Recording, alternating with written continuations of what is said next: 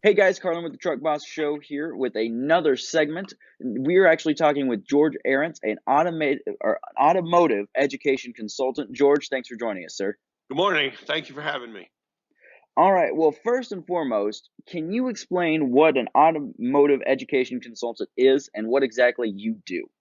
So, interesting question. I work with schools across the country on a national program accreditation for auto collision and truck programs that is offered through the ASE Education Foundation, formerly called NATEF certification. I work with schools to get them through the process and accredited. And the cornerstone of that process is industry involvement. So some of the work that I do is teaching industry how to work with education, education how to work with industry, and a lot of times trying to form either internships, apprenticeships, or work-based learning, whatever terminology you're comfortable with.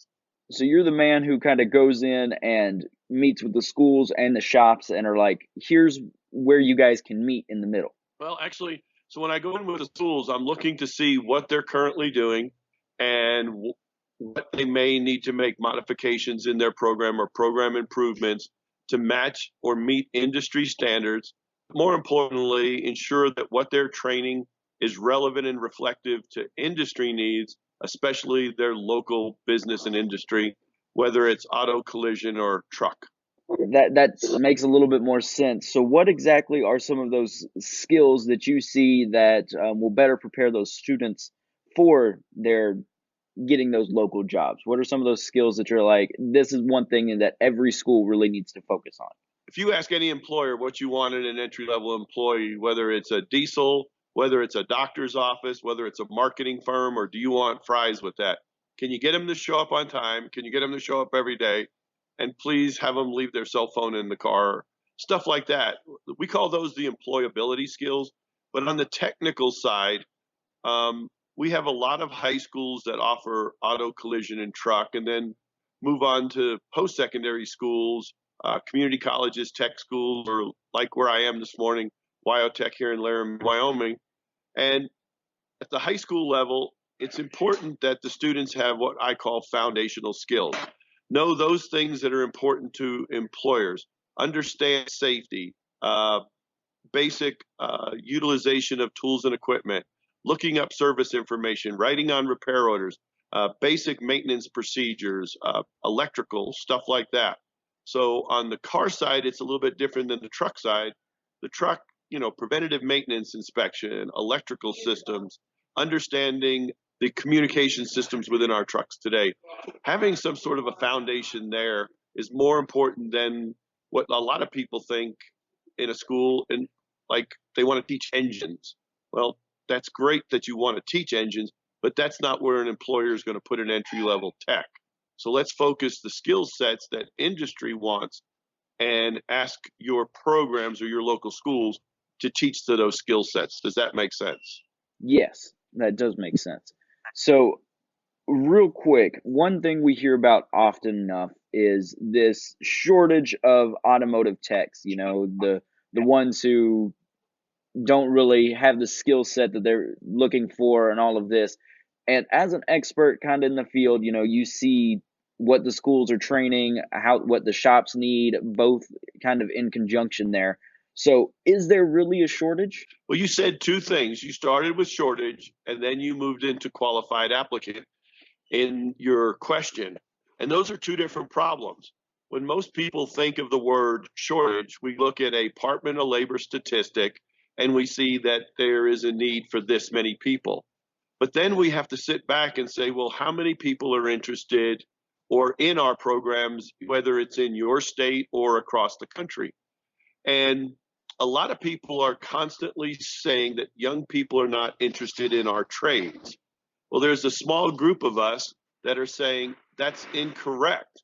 We have a lot of people interested in our trades. They're in our auto collision and truck programs. The problem is they're somewhere along the line, there's a leak in the pipe and they're either not getting out of the pipe and into the workforce, or if they move into the workforce, our industry is eating them alive. I call it eating our young.